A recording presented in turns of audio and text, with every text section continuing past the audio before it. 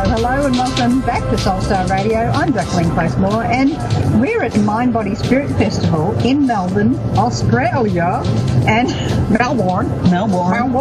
Anyway, we're here, and I'm here, and joined by the lovely Lauren Kelly, who is from White Light Publishing. Hi. So I'm on your stand today saying hello and doing some book signings of The Journey of a Lightworker. But we've also, with Lauren, you actually helped, I think, inspire Christy to have the strength to go ahead with this venture, which is White Light Publishing. And you certainly have. And you also do some charity stuff. Like, tell us about Sleep at the G.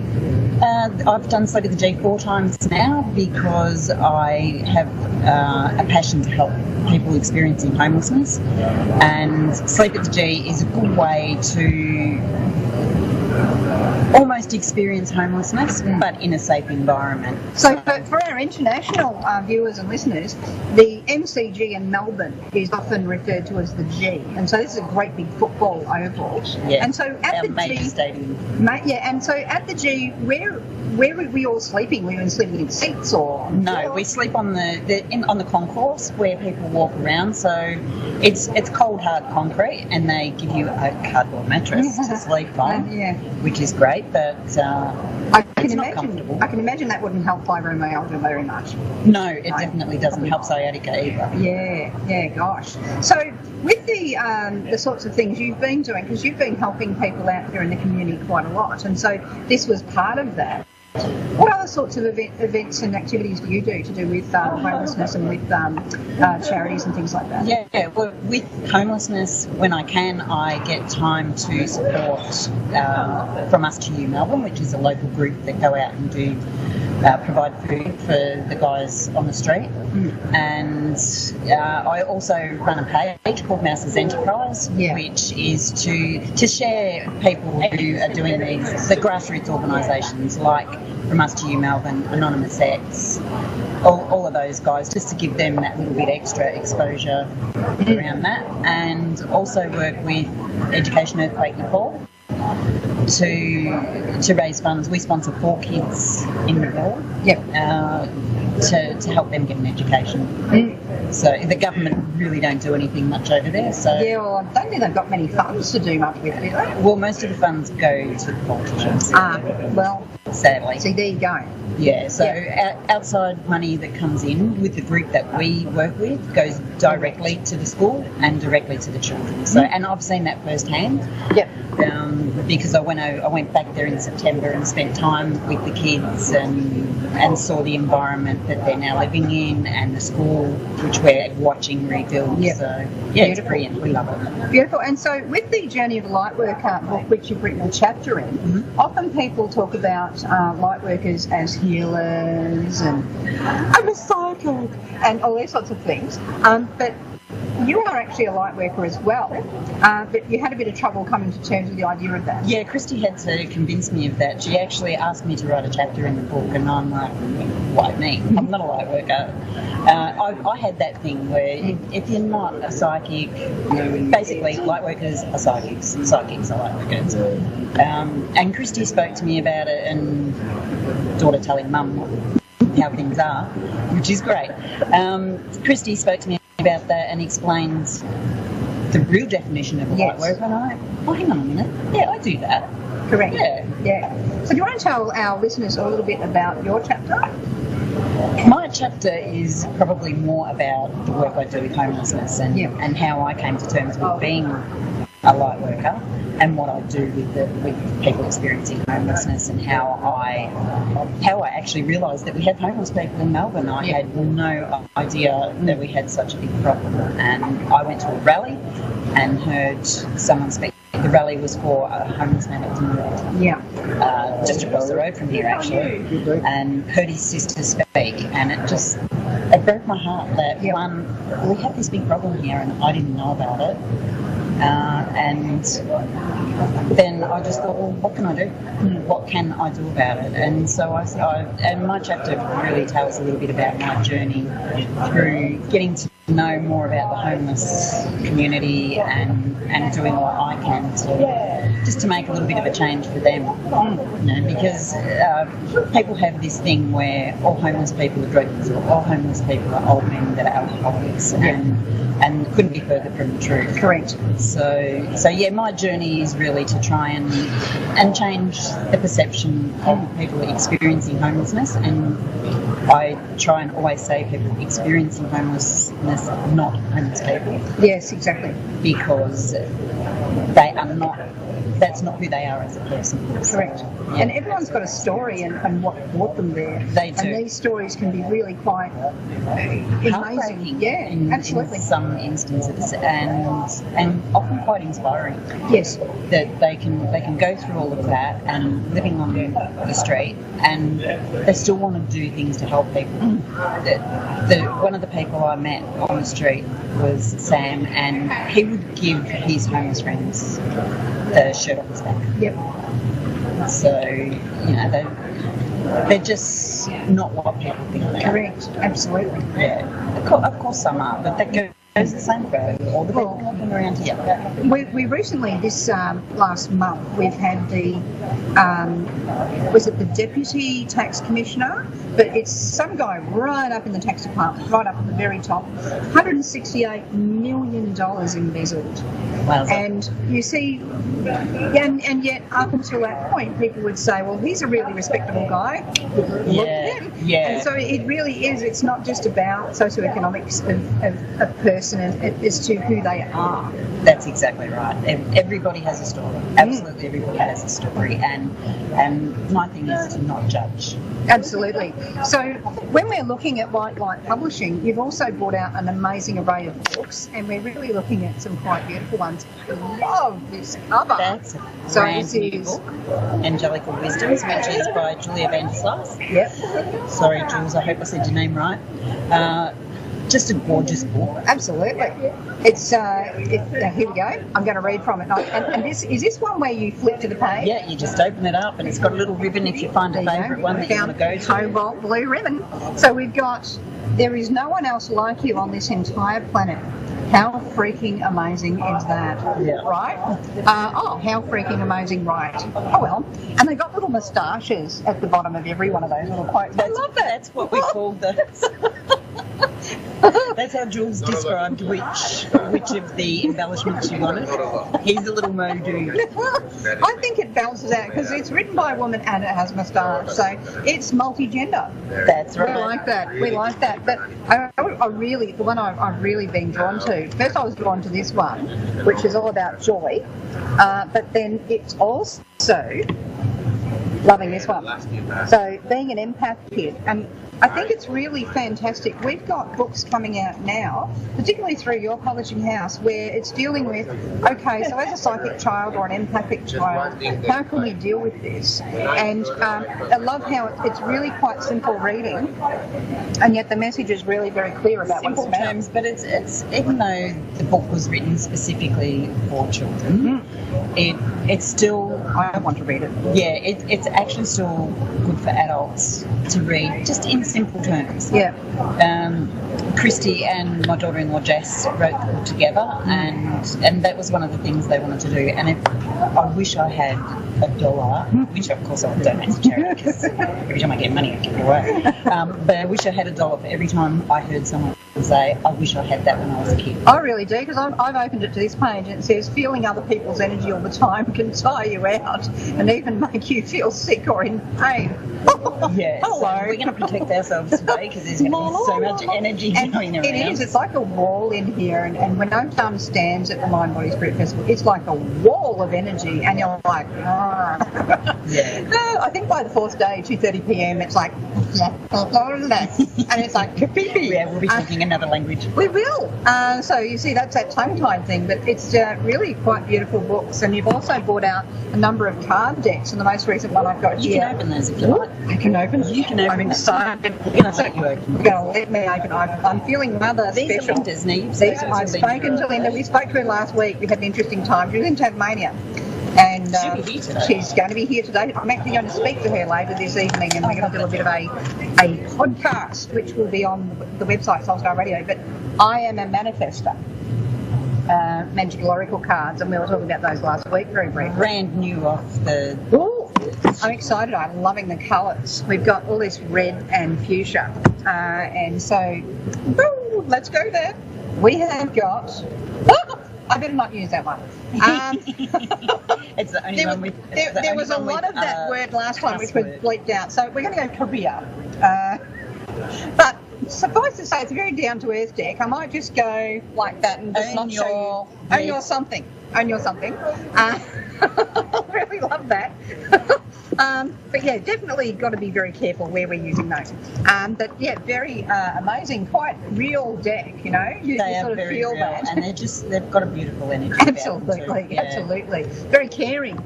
And that's the main thing that I notice about a lot of the people that, a lot of the authors coming through here. It's all that one thing of, it's like everyone's caring a great deal about what they're doing, and you can read the author's words as they would speak them, rather than. Absolutely. I'm sure they wrote that. You know, that you can see they've written it. Yeah, every. I mean, that's an exact. Yeah, that's exactly right. And Sally's exactly the same with her little big wisdom. Everybody is exactly the same. Absolutely. Their books are as they are. As they are. They are who they are. And they're a diverse group, but gee, they're good. Oh yes, and we had many laughs at the book launch. Actually, that was kind of really off the charts. Yeah. Yeah, we're pretty blessed with the authors that absolutely. So, how many publications have you brought out now? Because you've only been in 2014, I think we're up to about 18. And we've got...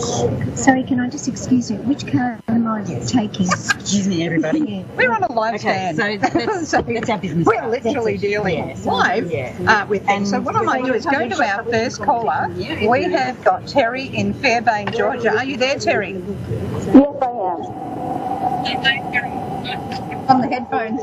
If I can find them. I don't know how it's going to work, but I've been told. Hang on there, Terry. We're live. It's fun. Oh, see, I'm just going to take Terry from here, baby. Yeah. Are you there, Terry? Yes, I'm here.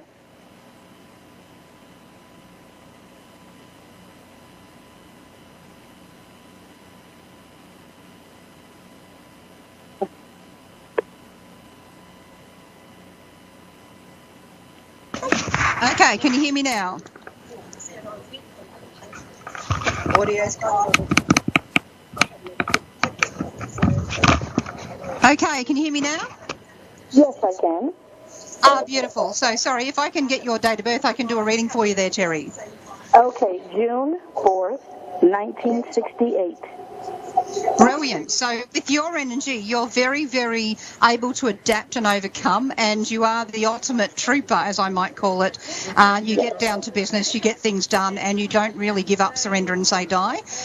It's a great deal of adaptability in your energy, a great deal of being able to be very practical, and you set down to the task and just keep going until it's done, I feel, as well. At the moment, I'd feel a lot of confusion around you to do with, where am I going now? How do I want to set my feet down in the ground? And you may find yourself needing to literally plant your feet quite a bit, if that makes sense to you. So it's going to, because it's a lot of trouble grounding at the moment. Now, I'm actually using a Oracle card deck called I Am Manifester Magical Oracle Cards. That's what I'm going to be using today for you. And I'm just pulling a card, and hopefully it doesn't have an expletive in it. It doesn't. There you go. Very good. So what we've got here is a really beautiful, grounded, down-to-earth deck that's just really real. No holes barred there. And what it's saying is it's talking about sacred place, and I'm taking that to mean, this is a deck I've never seen before, mind you, or used. So the sacred place card is the one that's come out, and I'm really feeling this is about you having to centre and ground. So it's backing up what I was saying just a minute ago to you about having to centre and ground at the moment. So I'm just going to put that that card up so that you can see that at home when you maybe are tuning in the podcast later on. But before that card, we've got health. After that card, we've got prosperity. So I'm wondering whether you've actually been having issues with the health as well recently, because that would certainly point to this having been a bit of an issue. You are needing to work harder on being able to relax. So I've just said work harder on relaxing, which is actually kind of funny. Perhaps you've been working too hard on not relaxing, but it's really important for you to work on how you can tone things down, calm things down for you. You are going to have prosperity in the future and the ability to step forward in a much more powerful way than what has been in the last 18 months, where it's like having to catch up and play catch up and more catch up and catch up again. The last year in 2016, it was a 1 year for you, but you wouldn't have felt as if it was a one or a new beginnings. You would have felt like you're still wrapping up the past quite a lot here. But what's going to be happening is once you go into that centre and really take your time, take some deep breaths for yourself and smell the roses, get out and away from the noise of people and just back to yourself, then what's going to happen is you're going to be able to start charging forward again, and your mind will be easier to collect and get your thoughts together and feel more focused and able to deal with the challenges that are going on here.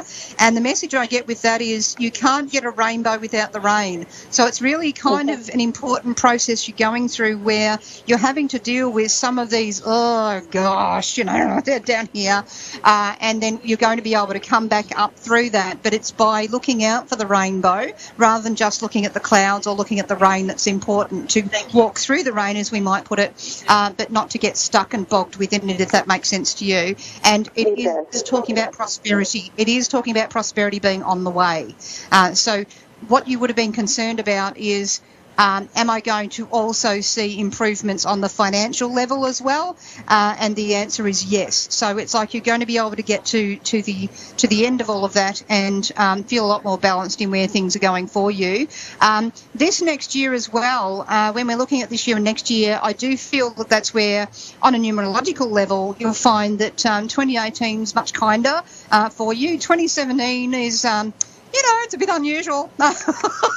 2016 was weird enough, but 2017, just look at the news in the last 24 hours, and I think we've got it covered there. Something's up when a bar in Washington's willing to shout everyone, a drink in the bar. So it's a lot of things going on that can seem to not make sense around us all right now on the bigger sort of plane of existence. And certainly we've got a lot of stuff where people are trying to whip up fear, and it's really important not to buy into that fear and instead to very much be, deep breath, take yourself back out into nature, ground yourself. And it feels as well, do you get kind of a bit of kind of an empty feeling in the tummy, or a pushing down, dragging kind of feeling in the tummy at all? No. Okay, that's okay. What I'm picking up there and why I'm saying that is because it just feels as if your energy can feel a bit depleted, and I would normally call this a spleen chi deficiency, but not being a Chinese doctor or anything, I'll have to get him back on again to talk about this. But, it's like you haven't had the energy to get going or the energy to get moving. So the more you can go back into nature and reground yourself, the more energy you're going to pick up and be able to get moving again. Does that make sense? Yeah, that does make a lot of sense. I haven't had the gumption and the energy that I know I would, I guess, in a normal case have, or that I should have. And, especially with the things that I have going on that I'm excited about. I just have a hard time just getting that push, or the push for myself, rather. And that would feel almost like it's difficult even to get out of bed in some ways. So energy exactly. That's why I felt like that dragging in the tummy, because that's normally associated with this, but it doesn't mean everyone's going to feel it who has this going on. What I would say is if you can meditate on the sunshine and actually imagine you can draw the sun right down through your head, right down through your whole body, take it right down into the feet, and then imagine you're growing tree roots out of your feet right down into the ground, and anchor those roots right down in Mother Earth, and also lifting your posture up while you're doing this. So you're taking the energy down first, but then you're lifting your posture up. And if you can do that when you're doing that particular exercise, it will bring your energy back to you, and you'll be able to feel a lot more, not only grounded but energized. Because what's happening is, I think there's just too much moon energy going on here in one way, where a lot of emotions are going on, and you're not quite. I'll put that aside. I'll deal with it later. And in fact, you're needing to be able to sit with those feelings. But it is really a case of, I think, if you're sitting in nature with those feelings, it's easier for you to ground them again and then go, yep, okay, I can deal with that now. The other thing as well is you don't really let up on yourself. You don't really give yourself a break from, like, if you're feeling down mood-wise or feeling sad, you're not really sitting in that feeling. You're I'll just get up out of here and and you're going on and doing other things, or you're berating yourself and going, how dare me be, come on, get up. And, it's really kind of tiring, actually. You've kind of got to be able to be a lot gentler on you is the main message that I've really got to drive home with you, because this whole it being nasty to yourself, you're actually really nice to everyone else, but you're kind of nasty to yourself, darling. And what happens is other people start being nasty to you because they're kind of responding to what you're doing to yourself. So when people go, it's a law of attraction, and what it is how you are is what you're attracting. So if you're getting nasty people, you must be nasty. No. If you're being nasty to yourself, you're going to cop nasty people. Get rid of this whole other people business. Sometimes as well, you actually, sometimes you actually cop people who, they kind of feel permission to go a bit nuts around you, and it's sort of like, hang on, what did I do? Answer, nothing. You were there. You were simply there. That's all it is. And they were going to do this no matter who was there at that point in time. They were just going to do this. That's what they're going to be about. And it's really important not to go, oh, hang on, what was I doing to attract that? Right. Make sense? Right. Yeah, because there's definitely. there's a whole heap of self-blame going on here that just really, it isn't working for you. It's kind of tiring for you, and, it leaves you with this whole sense of, how do I get going and how do I get moving again? And it's really, really important to instead be a lot kinder to you. So anyone who's listening today or watching today who's doing the same thing, please listen. Because, our lovely caller Terry here, she's really giving you a wonderful insight, actually. And now, is there any question I haven't answered you want me to look at for you? Yes, actually, I was contemplating a move out of state, and I really don't want to, but I almost feel obligated to, and I was just wondering, would it be a move that I should make, or should I just stay where I am? I get all these different parts of America I'm going around, and I can't make up my mind where I'm going. Whereabouts are you located now? You're in... I'm in Georgia now. Georgia. I'm in Georgia now, and I'm contemplating going back to North Carolina. Okay. Yeah. Now, I was hearing something that sounded like that, but I thought it was Colorado, but it makes sense that you're saying North Carolina. So I would actually say that's not a bad move for you, but not just yet. Give it another 3 months to settle over you completely, and by then everything opens up and allows you to do that, and it'll be a good move when it does. And I'm just shuffling the cards while we're here, just to make sure, and just any other answers I've got to that, the cards may have. Okay, so it's actually going to be a good move. And a lot of the cards, there you go, hello. So you're moving to your sacred space, essentially. That's what's going to happen here. Yeah, but you do need to take time to allow this to sit with you at the moment. Yeah, and see, the thing is, I love it here, and I really don't want to move to North Carolina. But, my grandmother's there, and I feel obligated, like I need to be there with her. Yeah, and I think the thing is, in the next 3 months, you'll be able to settle with your feelings about this and get that sense of, okay, when, how, what, and do I need to? I do feel you will, though, and I do feel it'll be a good move. I don't think it's a permanent move, though. I think it's a temporary one. Great, yeah, because I love it here. And then also, and you mentioned prosperity, more specifically. Do you see any success in businesses that I plan on starting? Yes, but there's a lot of letting go just at this moment that you're having to do. You're needing to work on your ideas a bit more, and then it will be able to come to fruition. So I hope that helps you today. Yeah, definitely. Thank you so much. Thank you. Thank you so much for your call there, Terry. And thank you also, Lauren, for coming in today. It's been lovely having you join us and actually being welcomed onto the stand today. That's been an absolute pleasure. And high five! We'll catch you next time on Soul Star Radio.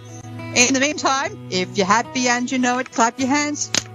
If you're happy and you know it, clap your hands. If you're happy and you know it, then you really ought to show it. If you're happy and you know it, clap your hands.